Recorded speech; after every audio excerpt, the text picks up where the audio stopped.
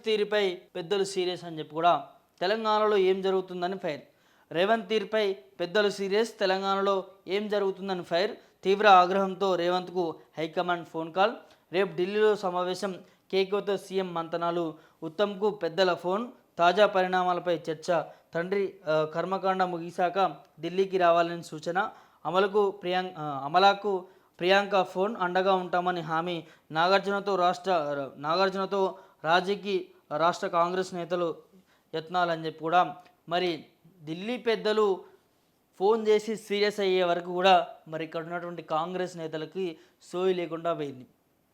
ఆఖరికి వీళ్ళ పార్టీ ముఖ్య నాయకులు ఢిల్లీ నుంచి ప్రియాంక గాంధీ ఫోను ఎవరికైతే నాగార్జున వైఫ్కి అమలా గారికి ఫోన్ చేసి దానిపైన ఆరా తీసినట్టు తెలుస్తూ ఉంది. మీకు మేము అండగా ఉంటామని చెప్పి కూడా చెప్పడంతోనే ఇవాళ కొండా సురేఖ వ్యాఖ్యలను ఢిల్లీ పెద్దలు ఎట్లా చూస్తున్నారనే ఒక అంశం బయటకు వస్తున్నటువంటి పరిస్థితి.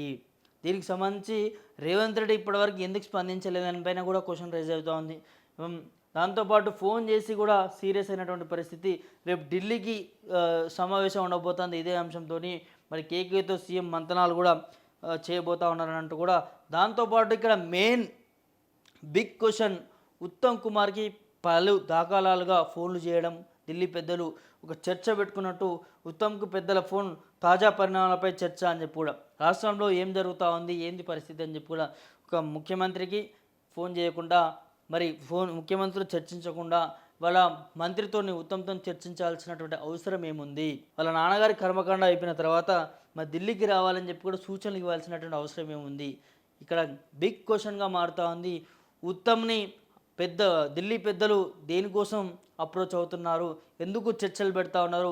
తెలంగాణ రాష్ట్రంలో జరుగుతున్నటువంటి పాలన గురించి ఎందుకు ఆరాధిస్తూ ఉన్నారు? ముఖ్యమంత్రి ఉన్నాడు, ఉప ముఖ్యమంత్రి ఉన్నాడు, మరి వారితోని దీనికి సంబంధించి చర్చలు కావచ్చు, లేకపోతే ఉత్తమ్ కుమార్ రెడ్డిని పలు దాఖలాలుగా వారితో చర్చ కావడం, భేటీ కావడం పైన అనేక క్వశ్చన్స్ ఇక్కడ రేజ్ అవుతున్నటువంటి పరిస్థితి చూస్తూ ఉన్నాం. చూడాలి అసలు మరి ఏం జరగబోతోంది. సీఎం రేవంత్ తీరుపైన అయితే ఖచ్చితంగా అధిష్టానం సీరియస్ అవుతున్నటువంటి పరిస్థితి. ఆ పాలనను చూసి మరి 6 పథకాలు 10 నెలలు ఎక్కడ పోయినాయి ఇవన్నీ? హైడ్రా అన్నారు, పేదలతో గులుస్తున్నటువంటి పరిస్థితి.